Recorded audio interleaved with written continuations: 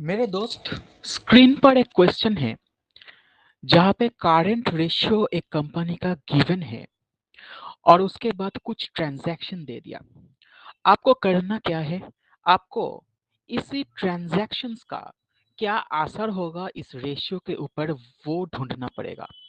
हर एक ट्रांजैक्शन को अलग अलग केस की तरह ट्रीट करना और आपको ये फाइंड आउट करना है कि ये ट्रांजैक्शन का क्या इफेक्ट होगा रेशियो के ऊपर। क्या रेशियो इंक्रीज होगा, डिक्रीज होगा या नो चेंज होगा। चलो क्वेश्चन को रीड करते हैं। Current ratio of a company is 2:1। State by giving reasons whether the following transactions will increase, reduce or not change the ratio। 6 transactions given है और हर एक ट्रांजैक्शन को अलग अलग केस की तरह डील करना है। सबसे पहला केस है purchase of goods for cash.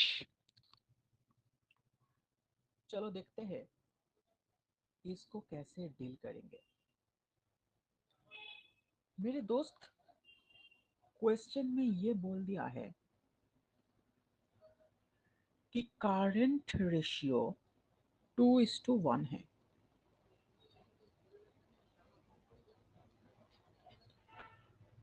इसका मतलब current asset bye current liability is 2/1। अगर आप गुड्स परचेस करते हो, क्वेश्चन क्या बोला है? क्वेश्चन बोला है परचेज ऑफ गुड्स। क्वेश्चन बोला है purchase of goods for cash. अगर आप गुड्स परचेस करते हो तो क्या तुम्हारा स्टॉक इंक्रीज हो जाता है? The answer is yes. Stock increase होने का मतलब है करंट एसेट इंक्रीज हो जाता है। और क्योंकि तुम कैश से खरीद रहे हो तो तुम्हारा कैश डिक्रीज हो रहा है। कैश डिक्रीज होने का मतलब है करंट एसेट डिक्रीज होना। तो ये ट्रांजैक्शन का क्या इफेक्ट हो रहा है न्यूमरेटर के ऊपर? देखो, स्टॉक एक बार इंक्रीज हो रहा है और फिर कैश डिक्रीज हो रहा है। यानी करंट एसेट जितना इंक्रीज हो रहा है उतना डिक्रीज भी हो रहा है। और ये सेम अमाउंट से हो रहा है। परचेस प्राइस से स्टॉक इंक्रीज होगा और परचेस प्राइस से ही कैश डिक्रीज होगा। इसका मतलब अल्टीमेटली करंट एसेट सेम रहेगा। अल्टीमेटली करंट एसेट सेम रहेगा। स्टॉक इंक्रीज हो रहा है और कैश डिक्रीज हो रहा है। करंट एसेट का एक एक कंपोनेंट जितना इंक्रीज हो रहा है, दूसरा कंपोनेंट उतना ही डिक्रीज हो रहा है।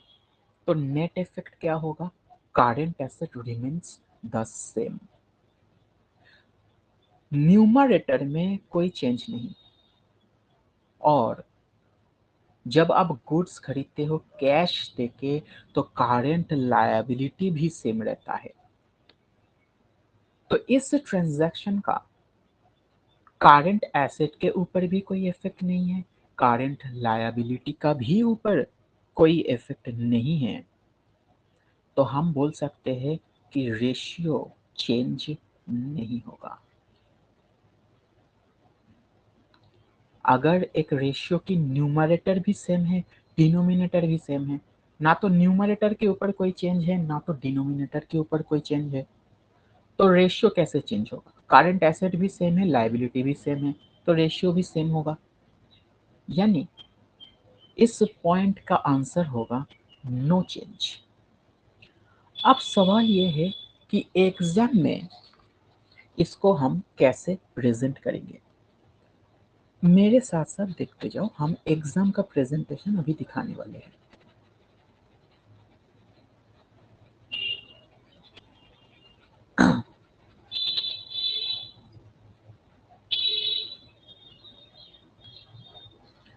सबसे पहले हम ऊपर में हेडिंग दे देते हैं solution.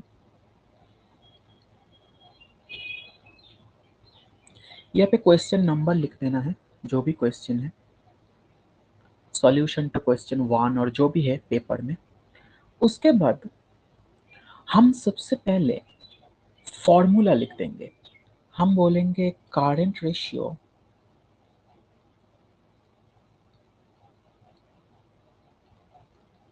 Equals to current asset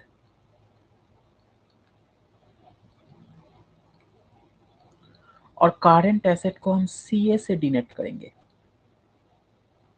current asset is denoted by CA divided by current liability.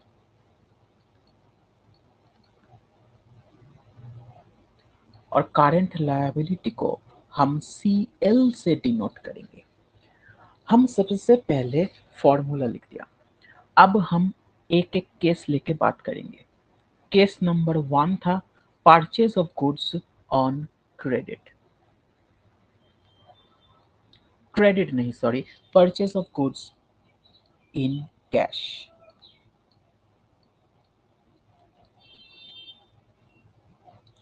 इसका आंसर हम कैसे लिखेंगे? हम लिखेंगे इफ गुड्स आर परचेस्ड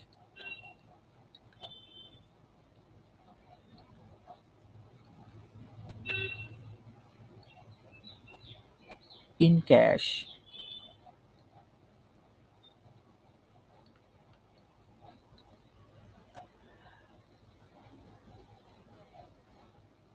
तो उसका क्या क्या इफेक्ट होगा न्यूमरेटर के ऊपर?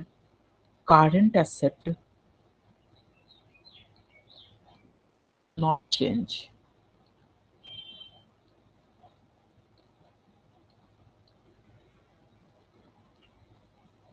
as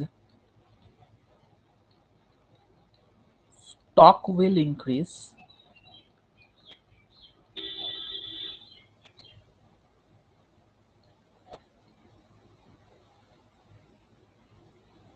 and cash will decrease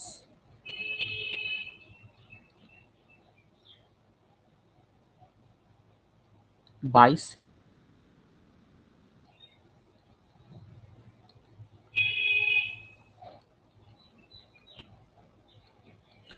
तो करंट एसेट चेंज नहीं होगा। क्या इस ट्रांजैक्शन की कोई इफेक्ट करंट लायबिलिटी के ऊपर होगा? The answer is no. CL will remain unaffected।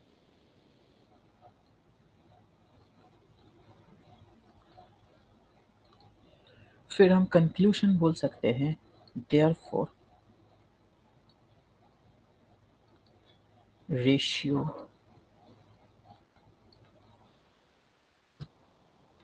Not.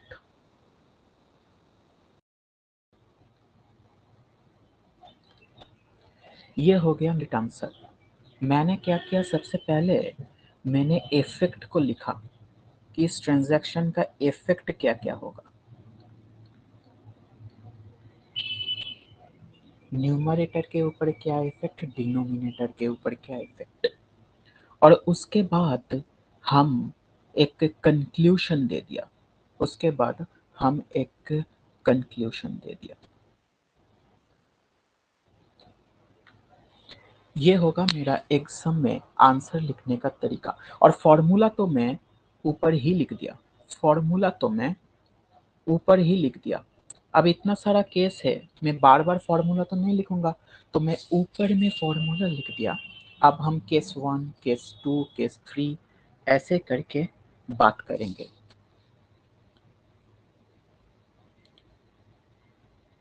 तो ये था मेरा केस नंबर 1। अब चलते हैं केस नंबर 2 में।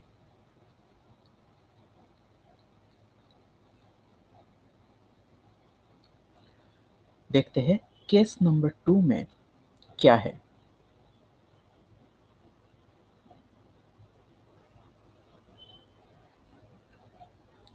Sale of office equipments rupees 20,000 book value 25,000। अच्छा, इसका मतलब तुम्हारे पास कुछ फिक्स्ड एसेट थे। तुम्हारे पास कुछ फिक्स्ड एसेट थे। कितने का फिक्स्ड एसेट थे? 25,000 का फिक्स्ड एसेट थे।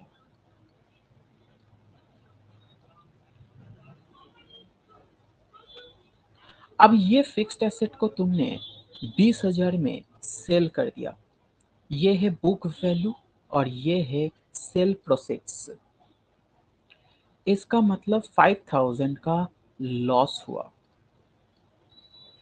अब इस क्वेश्चन में हम करंट एसेट और करंट लायबिलिटी को लेकर बात करेंगे, क्योंकि करंट रेशियो का मुद्दा है। तो सबसे पहले एक बात तो याद रखना, इस लॉस हमारे लिए रेलेवेंट नहीं है, क्योंकि लॉस रिजर्व एंड सरप्लस को हिट करता है। शेयर होल्डर्स फंड्स को, रिजर्व एंड सरप्लस को हिट करता है, मतलब शेयर होल्डर्स फंड्स को हिट करता है।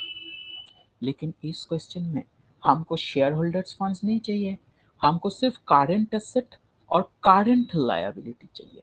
तो लॉस को हम इग्नोर करेंगे। कितना लॉस हुआ, कितना प्रॉफिट हुआ, ये रिजर्व एंड सरप्लस को अफेक्ट करता है। ये मेरा कोई काम का चीज नहीं है।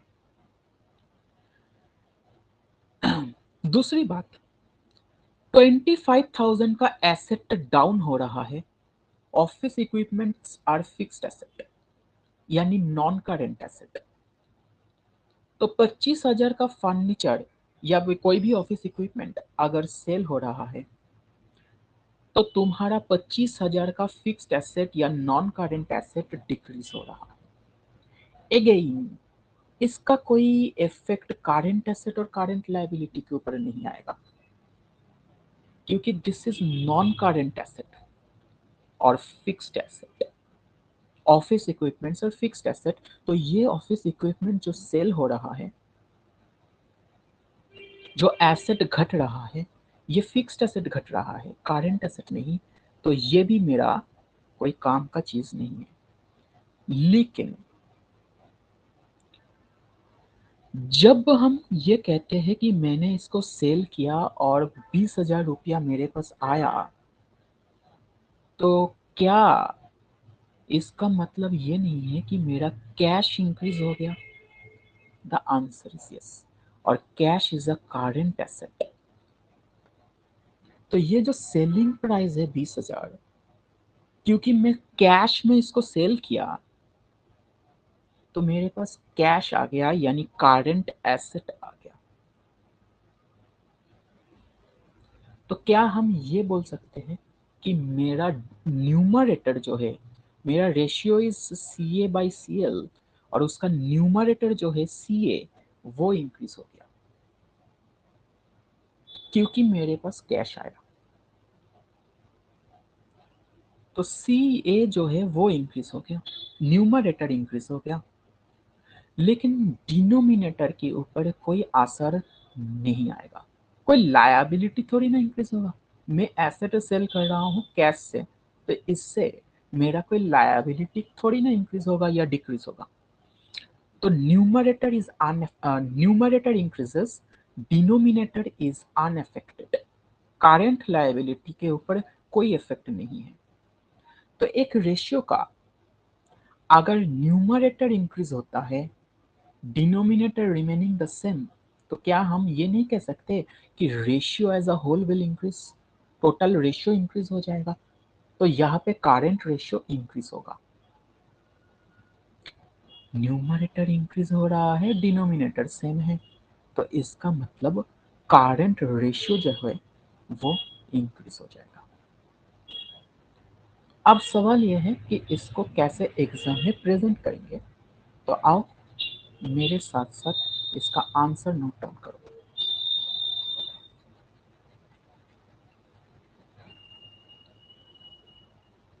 सबसे पहले देखो, फॉर्मूला तो हम ऊपर में लिख ही दिए थे। फॉर्मूला तो हम ऊपर लिख दिए थे, वापस नहीं लिखेंगे उसको, तो एकदम आंसर की स्टार्टिंग में लिख दिए। हम अभी इफेक्ट को लिखेंगे। if fixed asset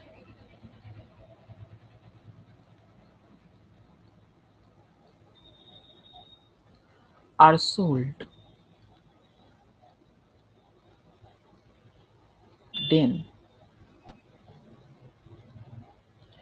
current asset और करंट लायबिलिटी के ऊपर क्या इफेक्ट आएगा? Current asset will increase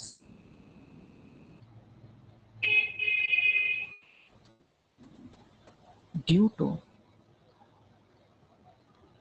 increase in cash, और करंट लायबिलिटी जो है विल रिमेन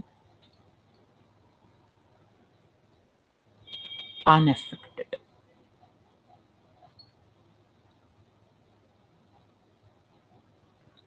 तो हम कंक्लूजन ड्रॉ कर सकते हैं, ये मैंने इफेक्ट लिख दिया, ये ट्रांजैक्शन का इफेक्ट लिख दिया। तो इफेक्ट में मैंने ये कहा कि न्यूमरेटर इंक्रीज हो रहा है, डिनोमिनेटर रिमेनिंग द सेम। तो हम बोलेंगे देयरफॉर करंट रेशियो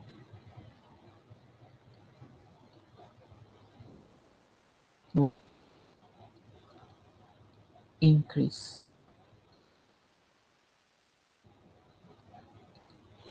ये है मेरा केस 2 का आंसर। इसे इफेक्ट लिखा और उसके बाद मैंने कंक्लूड।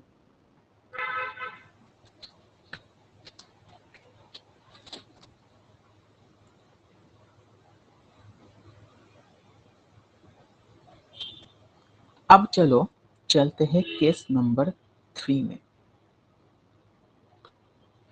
केस नंबर 3 बोल रहा है कि रीपेमेंट ऑफ करंट लायबिलिटी। कोई करंट लायबिलिटी यानी मान लो कोई क्रेडिटर था और तुम उस क्रेडिटर को कर दिया पेमेंट, क्या असर होगा रेशियो के ऊपर?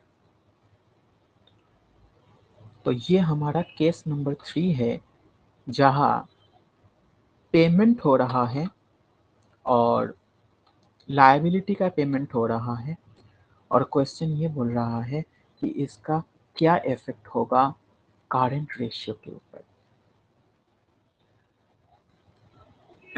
मेरे दोस्त, करंट रेशियो का जो फॉर्मूला है दैट इज CA/CL, हम सबको पता है। अगर आप कोई लायबिलिटी पे करते हो, कोई करंट लायबिलिटी पे करते हो, तो इसका मतलब करंट लायबिलिटी रिड्यूस हो जाता है क्योंकि वो पे ऑफ हो रहा है। एट द सेम टाइम आप लायबिलिटी पे कर रहे हो मतलब कैश दे रहे हो ना, तो करंट एसेट भी डाउन हो रहा है due to decrease in cash. तो क्या हम ये नहीं बोल सकते कि इस क्वेश्चन में करंट एसेट भी डाउन हो रहा है, करंट लायबिलिटी भी डाउन हो रहा है? क्या हम ये नहीं बोल सकते कि इस क्वेश्चन में करंट एसेट भी डाउन हो रहा है और करंट लायबिलिटी भी डाउन हो रहा है? The answer is yes. का जितना का तुम्हारा करंट लायबिलिटी पे हो रहा है, सेम अमाउंट से करंट एसेट भी डाउन हो रहा है। तो current asset and current liability are getting decreased by the same amount. अगर 10,000 का लायबिलिटी पे हो रहा है तो 10,000 का कैश भी तो घट रहा है ना। तो इस क्वेश्चन में, इस केस में करंट एसेट और करंट लायबिलिटी दोनों ही डाउन हो रहा है। जब न्यूमरेटर और डिनोमिनेटर दोनों ही डिक्रीज होता है, तब रेशियो के ऊपर क्या असर होगा? पहले वाला केस तो बहुत आसान था। पहले वाला केस में डिनोमिनेटर सेम था, न्यूमरेटर इफेक्ट हुआ था, तो हम आराम से बोल दिया इंक्रीज डिक्रीज। बट यहाँ पे न्यूमरेटर और डिनोमिनेटर दोनों ही इफेक्ट हो रहा है। ऐसे केस में इंक्रीज होगा या डिक्रीज होगा, हम एक बार रफ में एक हाइपोथेटिकल एग्जांपल लेके देख लेंगे। इस क्वेश्चन में करंट रेशियो 2:1 दिया है, तो हम मान लेते हैं कि करंट एसेट 20,000 है और करंट लायबिलिटी 10,000 है। अब कितने का लायबिलिटी पे हो रहा है वो नहीं बताया, तो मैं मान लेते हैं 5,000 का लायबिलिटी पे हो रहा है, तो करंट एसेट भी 5,000 से लेस हो जाएगा due to decrease in cash, and current liability भी 5,000 से लेस हो जाएगा। तो न्यू रेशियो क्या होगा, 15,000 बाई 5,000, दैट इज 3:1। तो इसका मतलब इस केस में रेशियो जो है वो इंक्रीज हो रहा है। इस केस में रेशियो जो है वो इंक्रीज हो रहा है। ये कैलकुलेशन आपको दिखाना नहीं पड़ेगा, ये तो सिर्फ आपको राफ में करके देखना पड़ेगा कि इंक्रीज हो रहा है या डिक्रीज हो रहा है। ऊपर वाले केसेस में तो हम सीधा सीधा बोल सकते थे, बट ये केस में दोनों ही डिक्रीज हो रहा है, तो दोनों जब डिक्रीज होगा तब क्या असर होगा रेशियो के ऊपर, उसको हम एक हाइपोथेटिकल एग्जांपल से देख लेंगे। अगर सिर्फ न्यूमरेटर इफेक्ट होगा या सिर्फ डिनोमिनेटर इफेक्ट होगा, तो हम डायरेक्टली आंसर दे सकते हैं कॉमन सेंस अप्लाई करके। बट अगर दोनों ही अप्लाई होगा तब एक हाइपोथेटिकल एग्जांपल लेके हम देख लेंगे। यहाँ पे हमने देख लिया कि आंसर इंक्रीज हो रहा है, आंसर इज इंक्रीजिंग रेशियो। अब इसका आंसर पेपर में कैसे प्रेजेंट करेंगे, मेरे साथ साथ नोट डाउन करो।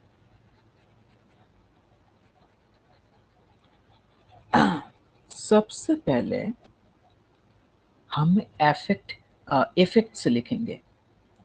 केस नंबर 3, सबसे पहले तो हम इफेक्ट लिखेंगे। हम लिखेंगे if current liability is paid, then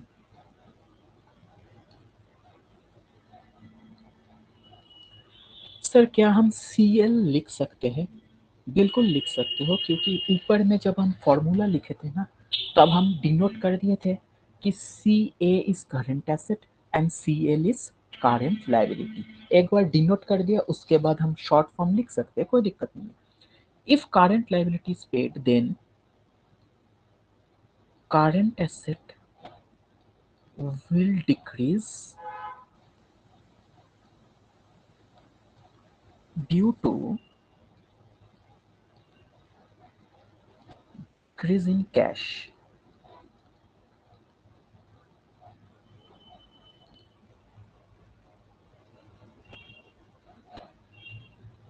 and current liability will also decrease by same amount.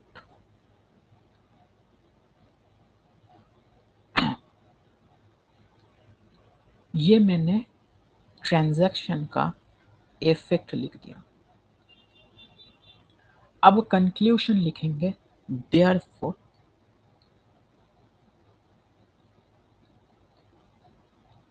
Ratio will,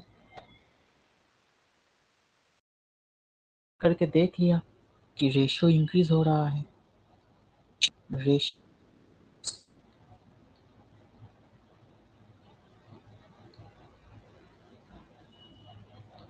ये है कंक्लूजन।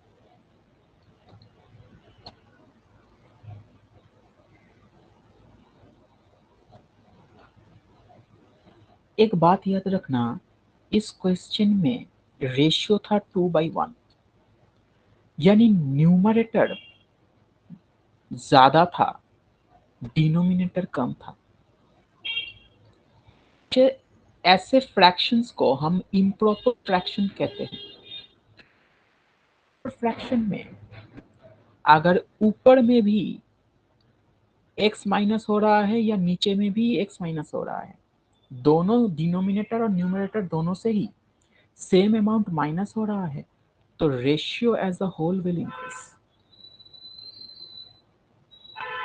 ये फ्रैक्शन का प्रॉपर्टी है। यही अगर प्रॉपर फ्रैक्शन होता, यानी न्यूमरेटर छोटा डिनोमिनेटर बड़ा होता, तो सेम अमाउंट ऊपर और नीचे लेस करने से रेशियो डिक्रीज हो जाता। बट इतना प्रॉपर्टीज आपको याद रखने का दरकार नहीं है। जब ऊपर और नीचे न्यूमरेटर और डिनोमिनेटर दोनों में ही इफेक्ट होगा, तब आप एक रफ वर्क करके देख लेना।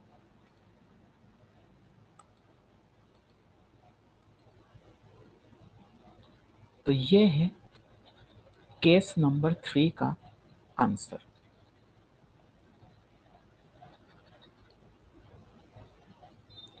अब हम केस नंबर 4 की तरफ चलेंगे।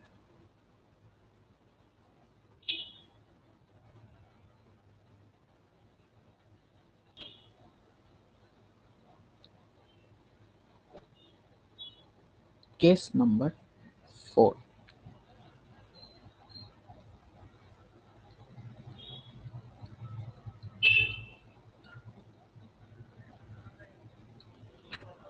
चलो क्वेश्चन को एक बार देख लेते हैं।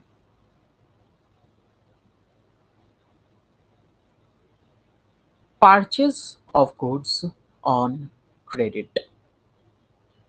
हमने केस 1 में कैश परचेज ऑफ गुड्स किए थे। अभी हम लोग करेंगे purchase of goods on credit. चलो देखते हैं इसका क्या इफेक्ट आएगा करंट रेशियो के ऊपर। मेरे दोस्त, जब आप गुड्स खरीदते हो क्रेडिट में, तो क्या आपका स्टॉक इंक्रीज हो जाता है? The answer is yes. और स्टॉक क्या है? स्टॉक एक करंट एसेट है।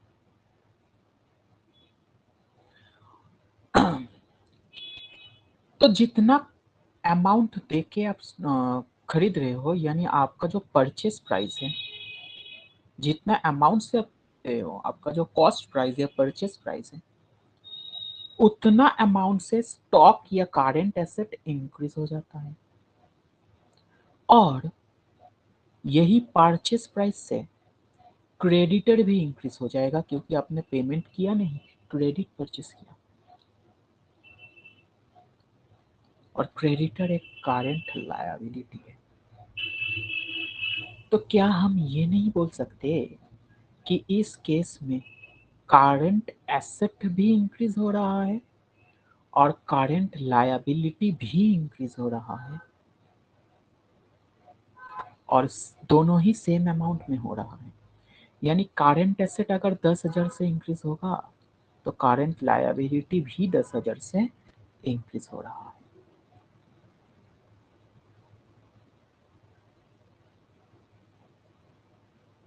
अगर सिर्फ न्यूमरेटर और सिर्फ डिनोमिनेटर इंक्रीज डिक्रीज होता है ना, तब आसान हो जाता है। बट यहाँ पे दोनों के ऊपर इफेक्ट है। तो मेरे पास ऑप्शन नंबर 1 क्या है? ऑप्शन नंबर 1 है कि एक हाइपो एग्जाम्पल लेके देखो, न्यूमेरिकल कुछ बैठा के देखो रेशियो के ऊपर क्या इफेक्ट आ रहा है। लेकिन यहाँ पे मेरे पास एक ऑप्शन 2 है, that is smart work. Case 3 को रेफर करो। केस 3 में न्यूमरेटर और डिनोमिनेटर दोनों सेम अमाउंट से डिक्रीज हुआ था, तो मैंने हाइपोथेटिकल एग्जांपल लेके चेक किया कि रेशियो इंक्रीज हो रहा है। इसका मतलब अगर दोनों इंक्रीज होगा सेम अमाउंट से, तो हम बोल सकते हैं रेशियो डिक्रीज होगा। तो क्योंकि हम केस 3 में ऑलरेडी हाइपोथेटिकल एग्जांपल लेके देख लिया, और केस 4 केस 3 का उल्टा है, तो हम वापस टाइम वेस्ट थोड़ी ना करेंगे। हम सीधा कंक्लूड करेंगे कि सीए इंक्रीज हो रहा है और सीएल भी इंक्रीज हो रहा है। इसका मतलब रेशियो डिक्रीज होगा। कैसे पता चला? केस 3 में हम ऑलरेडी न्यूमेरिकल्स बैठा के देखे हैं कि दोनों डिक्रीज होगा सेम अमाउंट से तो रेशियो इंक्रीज होगा, तो यहाँ पे उल्टा होगा, दोनों इंक्रीज होगा सेम अमाउंट से तो रेशियो डिक्रीज होगा। अब हम इसका आंसर लिखेंगे। तो सबसे पहले हम राफ करके आंसर तो निकाल लिया, अब हम एग्जाम में इसको कैसे प्रेजेंट करके आएंगे। मैं सबसे पहले लिखूंगा इस ट्रांजैक्शन का effect. If goods are purchased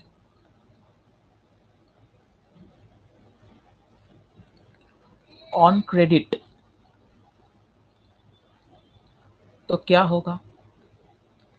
current asset will increase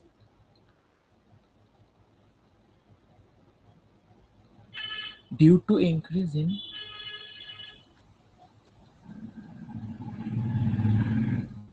stock। और दूसरा इफेक्ट करंट लायबिलिटी के ऊपर क्या इफेक्ट आएगा? Current liability will also increase by same amount। क्यों इंक्रीज हो जाएगा? अब लिख भी सकते हो due to increase, due to increase in creditor.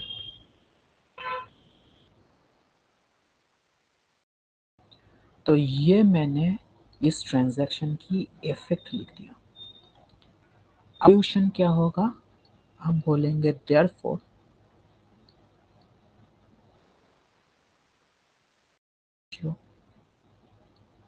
will increase।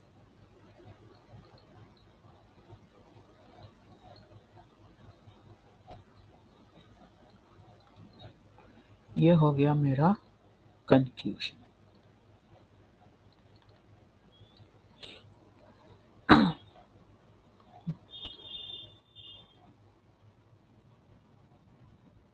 तो सबसे ऊपर जब हम आंसर स्टार्ट कर रहे थे तो मैं फॉर्मूला लिख दिया था वहां पे। केस नंबर 1 स्टार्ट करने से पहले ही मैं फॉर्मूला लिख दिया था।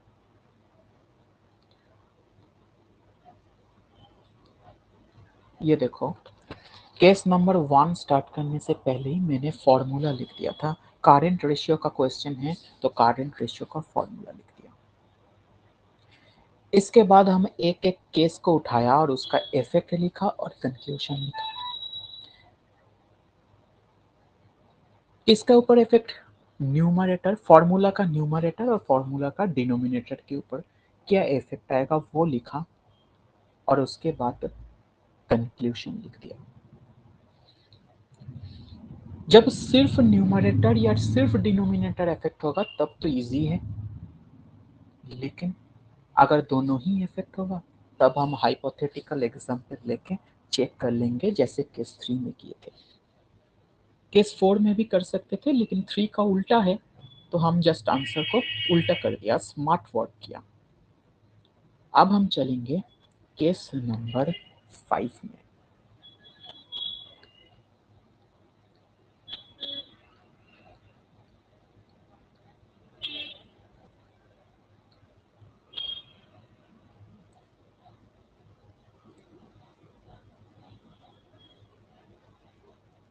Cell of goods for ₹30,000 cost ₹25,000।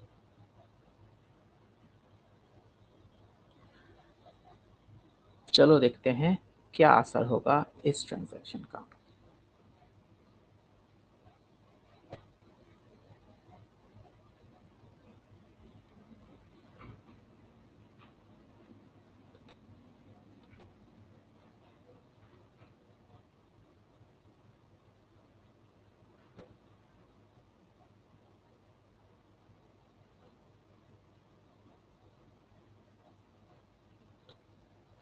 Case number 5।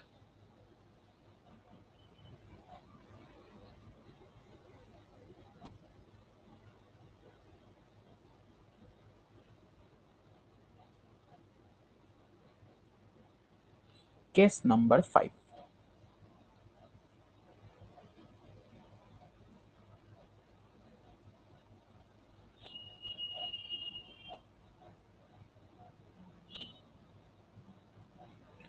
मेरे दोस्त, जब एक गुड्स को सेल किया जाता है, तो हमारा पास से स्टॉक चला जाता है। तो गुड्स को आपने सेल किया, goods sold equals to decrease. Stock को आप कॉस्ट प्राइस में रिकॉर्ड करते हो, तो स्टॉक जब चला जाता है इसका मतलब कॉस्ट प्राइस से स्टॉक हो जाता है ना।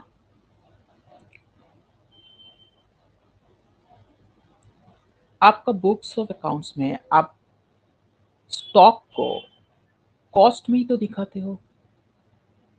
तो अगर आपका स्टॉक चला जा रहा है तो इसका मतलब आपका स्टॉक, आपका करंट एसेट डिक्रीज हो रहा है। सर समझ में नहीं आया, चलो फिर से बोल रहा हूँ।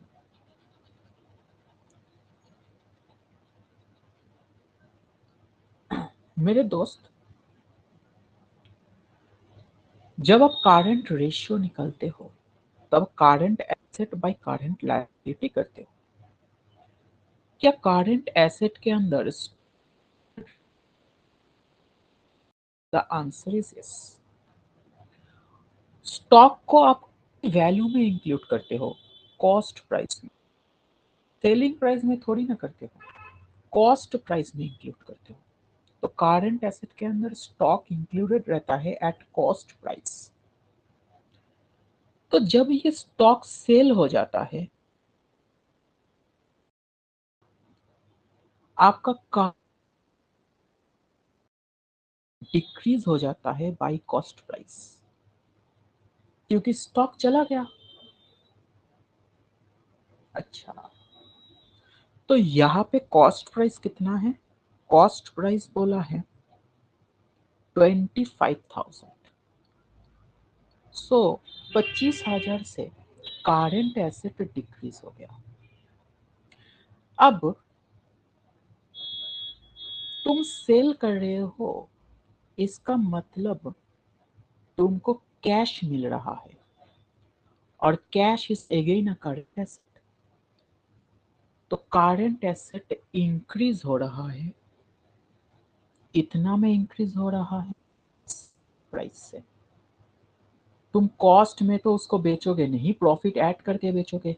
तो तुमको सामने वाला से कितना पैसा मिलेगा? सेलिंग प्राइस वाला।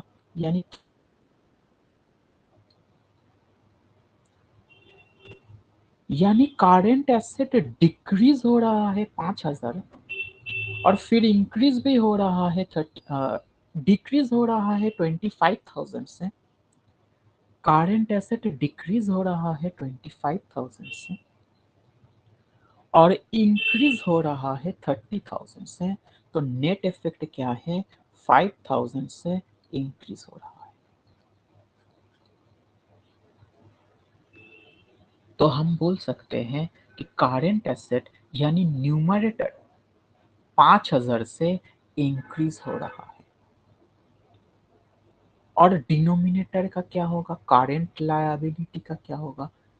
इस ट्रांजैक्शन का कोई इफेक्ट करंट लायबिलिटी के ऊपर आएगा ही नहीं, तो अनअफेक्टेड। तो कोई भी रेशियो का अगर न्यूमरेटर इंक्रीज होता है, कोई भी रेशियो का अगर न्यूमरेटर इंक्रीज होता है, डिनोमिनेटर सेम रहता,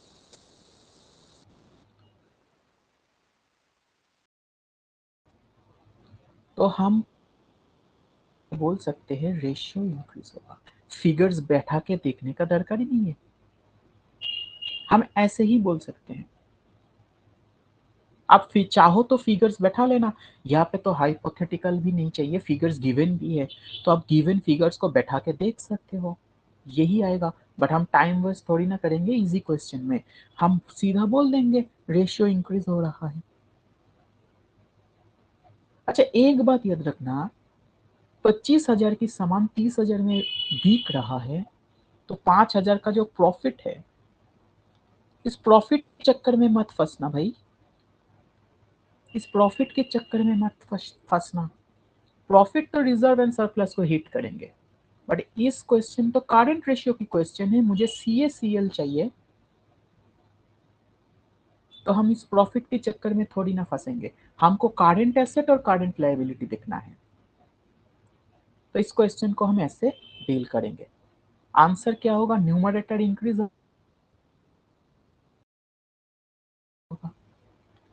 तो रेशियो इंक्रीज होगा। तो चलो इसका आंसर लिख,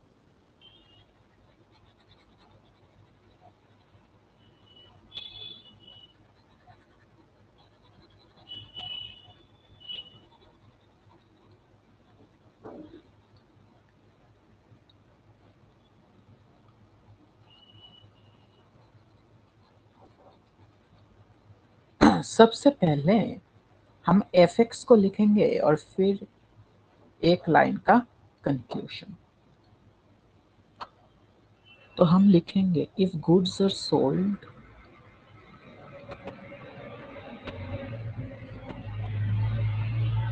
if goods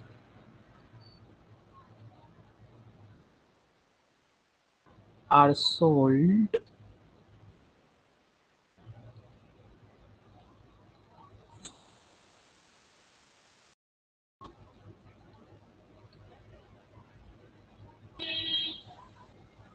तो सबसे पहले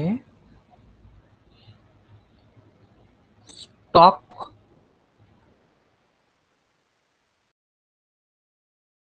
will increase is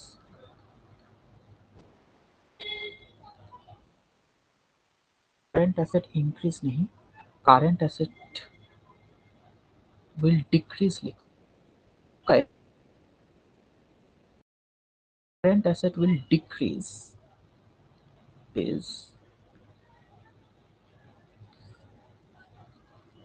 15,000, cost price कितना था 15,000 नहीं 25, so current asset will decrease by rupees, so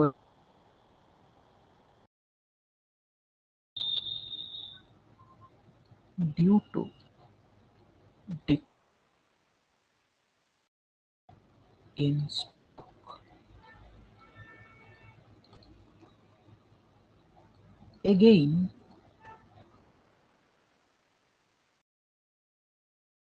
increase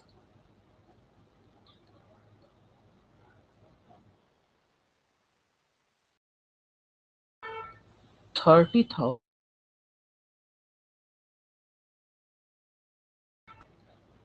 due increase, cell करके कैश आया तो करंट एसेट इंक्रीज हो गया।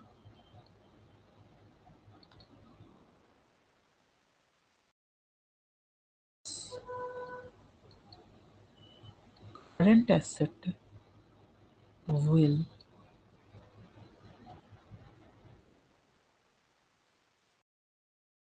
increase by rupees 5,000,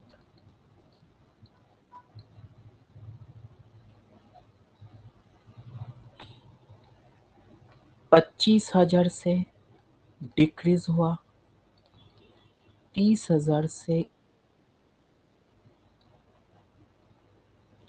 तो नेट इफेक्ट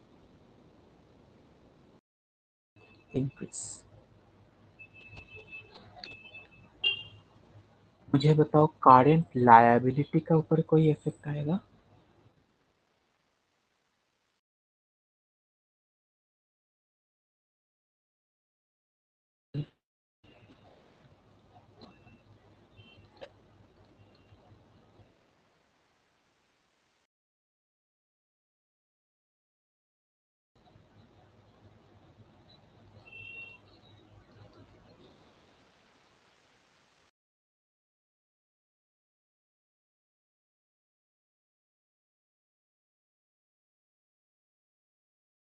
रेशियो इंक्रीज हो जाएगा। तो इसके साथ साथ हमारा केस नंबर 5 भी खत्म होता है। इस क्वेश्चन की लास्ट केस को अब हम लोग डील करेंगे। Case number 6।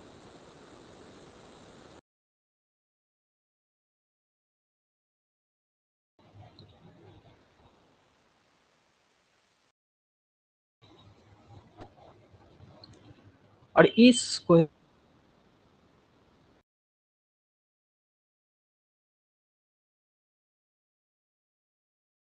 डिविडेंड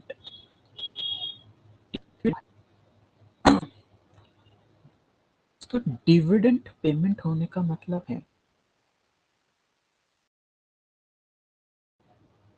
तो जब आप शेयर होल्डर्स को डिविडेंड दे रहे हो तो आपका बैंक से ये बैंक ट्रांजैक्शन होता है, तो क्या कंपनी का बैंक बैलेंस घटेगा? The answer is yes. तो क्या हम ये नहीं बोल सकते कि करंट एसेट वो डिक्रीज हो जाएगा? करंट एसेट जो है वो डिक्रीज हो जाएगा। क्यों डिक्रीज होगा? Due to decrease.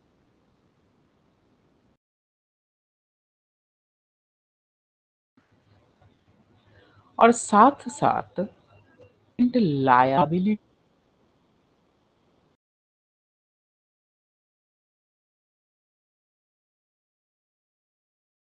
का डिविडेंड पेमेंट करने के, क्योंकि अनाउंस करना पड़ता है। Board of directors BOD of a company ये सबसे पहले डिविडेंड को अनाउंस करता है।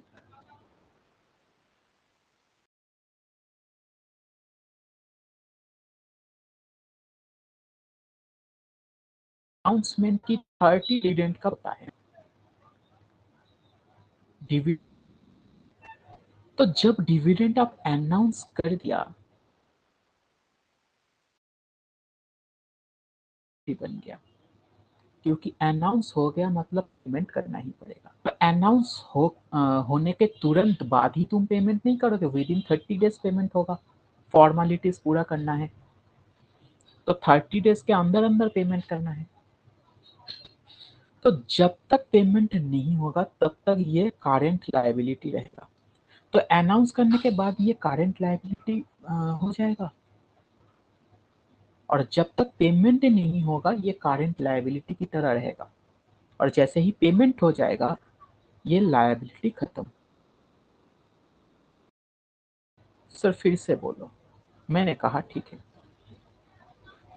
मेरे दोस्त, कंपनी शेयर होल्डर्स को डिविडेंड देता है, तो सबसे पहले कंपनी का जो बोर्ड ऑफ डायरेक्टर्स है ये डिविडेंड को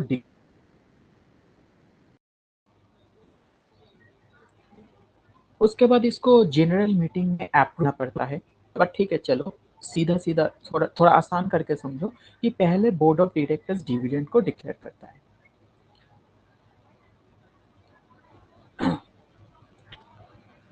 इसके बाद डिक्लेयर होने के बाद 30 डेज के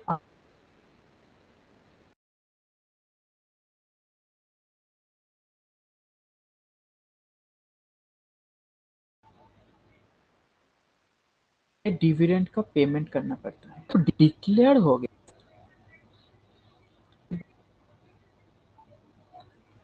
और जब तुम पेमेंट कर दिया तब ये करंट लायबिलिटी कैंसिल हो जाएगा। और जब तक पेमेंट नहीं करोगे ये एज अ करंट लायबिलिटी पड़ा रहेगा आपके पास। तो पेमेंट ऑफ डिविडेंड मतलब करंट लायबिलिटी कम हो जाना, जो करंट लायबिलिटी डिविडेंड डिक्लेयर होने पर जन्म लिया था। ठीक है। और मैंने एक चीज यहाँ पे कहा कि बोर्ड ऑफ डायरेक्टर्स डिक्लेयर करता है डिविडेंड, तो बोर्ड ऑफ डायरेक्टर्स के साथ बोर्ड ऑफ डायरेक्टर्स को अप्रूवल भी लेना पड़ता है। इंटरिम डिविडेंड हो तो बोर्ड ऑफ डायरेक्टर्स दे सकता है। इतना कॉम्प्लिकेटेड करके सोचने का दरकार नहीं है। ये सोचो कि डिविडेंड डिक्लेयर होता है और पेमेंट होता है, बीच में गैप रहता है, ये करंट लायबिलिटी की तरह ट्रीट होता है। तो जैसे डिक्लेयर हो गया ये करंट लायबिलिटी हो गया, और उसके बाद जब पेमेंट होता है तब उस करंट लायबिलिटी को हम कैंसिल कर देते हैं। सर क्या बहुत दिन का गैप रहता है डिक्लेरेशन और पेमेंट में? दोस्त लॉ कहता है कि 30 डेज के अंदर अंदर पेमेंट कर देना चाहिए, तो 30 डेज के अंदर अंदर पेमेंट हो जाता है। नहीं होगा तो उसके लिए भी लॉ का अलग प्रोसीड्योर है। तो मुद्दे की बात तो यह है कि डिविडेंड डिक्लेयर होते ही करंट लायबिलिटी हो जाता है, फिर उसका जब पेमेंट होता है तो करंट लायबिलिटी डिक्रीज हो जाता है।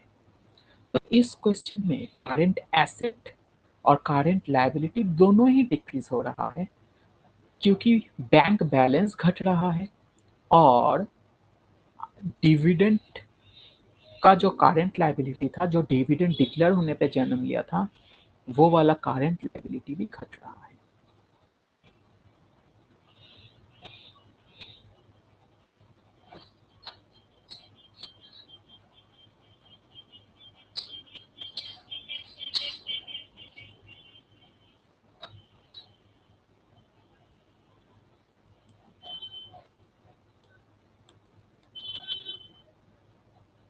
इसका आंसर कैसे लिखेंगे? हम लिखेंगे if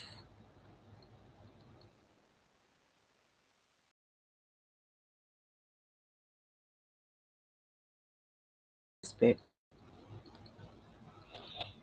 then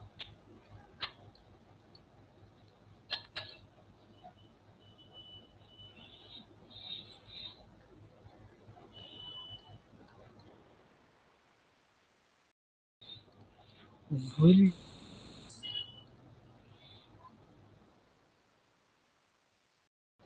due to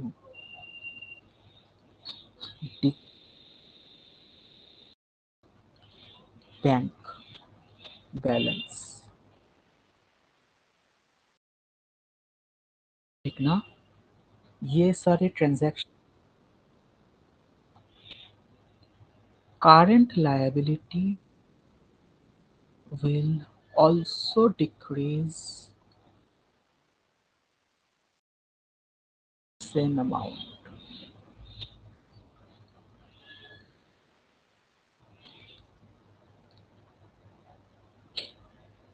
Current liability will also decrease same amount। अब कंक्लूजन ड्रॉ करना है। हम हाइपोथेटिकल फिगर्स बैठा के देख सकते हैं। ओरिजिनल रेशियो 2/1 था, तो अकॉर्डिंगली हम एज्यूम कर लेते हैं 20,000 10,000 करंट एसेट करंट लायबिलिटी, और डिविडेंड का कुछ अमाउंट बैठा के देख सकते हैं। लेकिन हम स्मार्ट वर्क करेंगे। हम ऊपर में कोई केस में ऑलरेडी ये किए थे कि न्यूमरेटर डिनोमिनेटर सेम अमाउंट से डिक्रीज हो रहा है। कौन सा केस में किए थे देखते हैं जरा। केस नंबर 4 में तो नहीं था, शायद केस नंबर 3 में था। हाँ, केस नंबर 3 में हम लोग ऑलरेडी देखे कि CA डिक्रीज हो रहा है, CL डिक्रीज हो रहा है सेम अमाउंट में, तो रेशियो इंक्रीज हो जाता है। तो एक बार हम ऑलरेडी इसको चेक कर लिया न्यूमेरिकल्स बैठा के, तो हम दोबारा थोड़ी ना चेक करेंगे। हम लिख देंगे therefore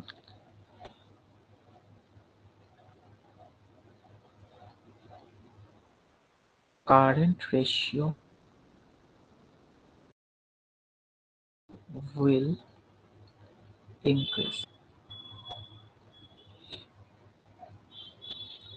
तो ये है हमारा क्वेश्चन नंबर 1 का सारे के सारे केस का complete discussion along with complete solution.